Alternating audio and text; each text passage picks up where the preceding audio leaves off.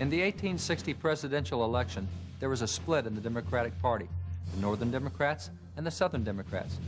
Both factions supported slavery, but while Southern Democrats were willing to split the United States to form their own nation, Northern Democrats refused to do so. Northern Democrats voted for Stephen Douglas for president, while Southern Democrats voted for John C. Breckinridge. With this split in the Democratic vote, Republican Abraham Lincoln was then elected with only 40% of the popular vote, but 59% of the Electoral College vote. Republicans also won a majority in the U.S. House and Senate in that election, thus giving Republicans control of the lawmaking process for the very first time. Given the bold anti-slavery and pro-civil rights positions set forth by Republicans in their platforms, it was obvious to Democrats what was about to occur. The anti-slavery and pro-civil rights position of the Republicans were about to become reality. What was the Democratic response? Southern Democrats left Congress and took their states with them, forming a nation that described itself as the slave-holding Confederate States of America. While Northern Democrats did not support secession, they nonetheless generally supported slavery and imposed civil rights for black Americans.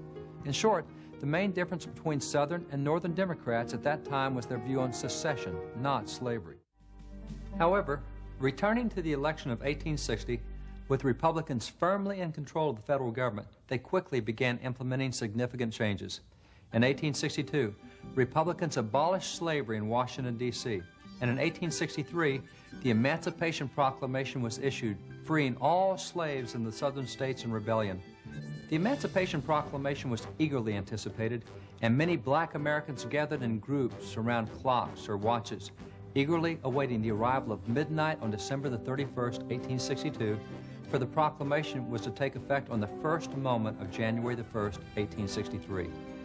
Frederick Douglass was in attendance at one such midnight rally, waiting for the proclamation to become official.